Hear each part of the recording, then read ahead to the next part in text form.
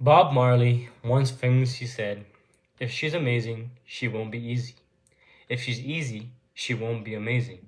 If she's worth it, you won't give up. If you give up, you're not worthy." Truth is, everybody's going to hurt you. You just gotta find the ones worth suffering for. Relationships are hard. This is pretty common knowledge, but for some reason, a lot of people don't fucking seem to understand that. I've been around the block, uh, per se, and I've been through a lot of experiences. I've hooked up, I've had situationships, I've had relationships, I've had everything in between, and I learned, a couple of things. But here's just three things that I think that it's pretty important when it comes to relationships. So number one is don't be with somebody or don't hook up with somebody that you're not willing to be with. It's pointless, useless, and it always ends bad. Which is kind of contrary to popular belief. In society, if you get a lot of pussy and you pull, people are like, "Oh, you're cool. You get boost. You get boost. You're a coochie slayer, fool." But then you come home with a void in your heart, not filled, because you thought that it was gonna get filled by this girl who you're gonna be with for like an hour and then come back home. And for what? Doesn't make any sense. I know in this generation it's pretty uncommon, but I date somebody to marry, and I want to be with somebody so I can marry them. But I made the mistake of actually being in situationships or being in hookups and realizing that like it doesn't end well for anybody in the situation. And for me personally, what I've experienced is that hookups or situationships don't fill the hole that is meant for relationships. Though that hole is meant to be filled by somebody that actually loves you, that cares for you, that wants to have your best interest at heart, and you're trying to fill it with a dopamine rush. It's never gonna happen, bro. I'm sorry to tell you, that's never gonna happen. So the best thing I can tell you to do is stay away from that. Hookup culture is terrible, absolutely horrible. Taking from somebody who's done it, it's nothing cool, bro. Like you feel good for 5 seconds, bro. You feel good for 5 seconds, and then you regret everything that led up to that moment. And you go home lonely, sad, and wishing that you still had your ex. So don't hook up with people that you don't want to be with. It's plain and simple. So kind of going off of my first statement, try your best in every single relationship that you have. And I know that kind of seems like stupid, but in the Big 25, being nonchalant is kind of a disease. What I mean by try your best is be a gentleman.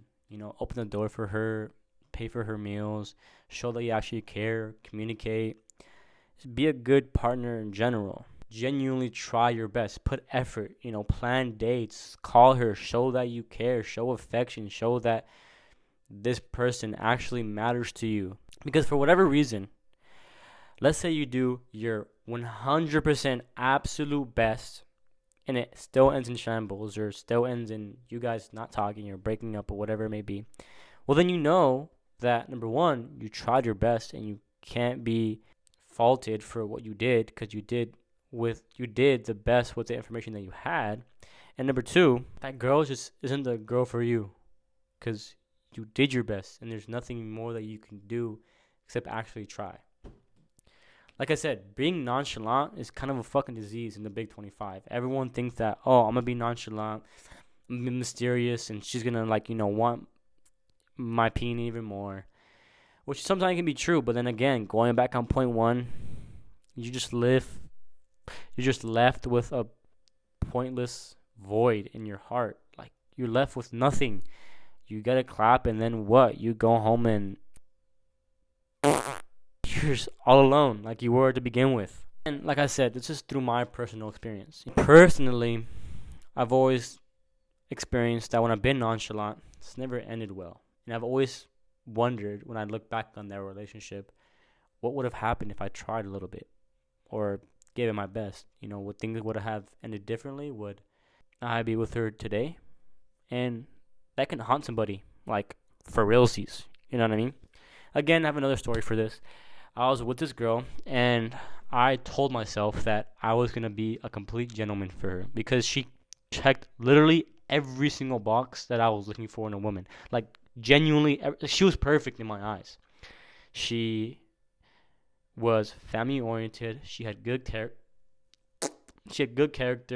She was just a good person in general, and I can talk to her, bro. Like, the most attractive thing about a girl, I've said it once and I'll say it again, is being able to hold a conversation, being able to pick a girl's brain. When they're airheads, what does that do for you? You know what I mean? I like to have somebody that I can actually talk to and, have a conversation with. But I told myself I was just going to be a complete gentleman. I remember when I first took her on a date, I bought her flowers, I opened up her door, I paid for our meal, and that was the amazing start to an amazing relationship. And I tried my best throughout the whole relationship. Looking back on it, I did make some mistakes, but I did the best with the knowledge that I had at the time. And as much as I wish that we were together right now, because obviously we're not, I never look back on it with regret. Because again, I tried my best, and there's nothing that I regret because I did my best. And so I look back on that relationship very fondly, very happily.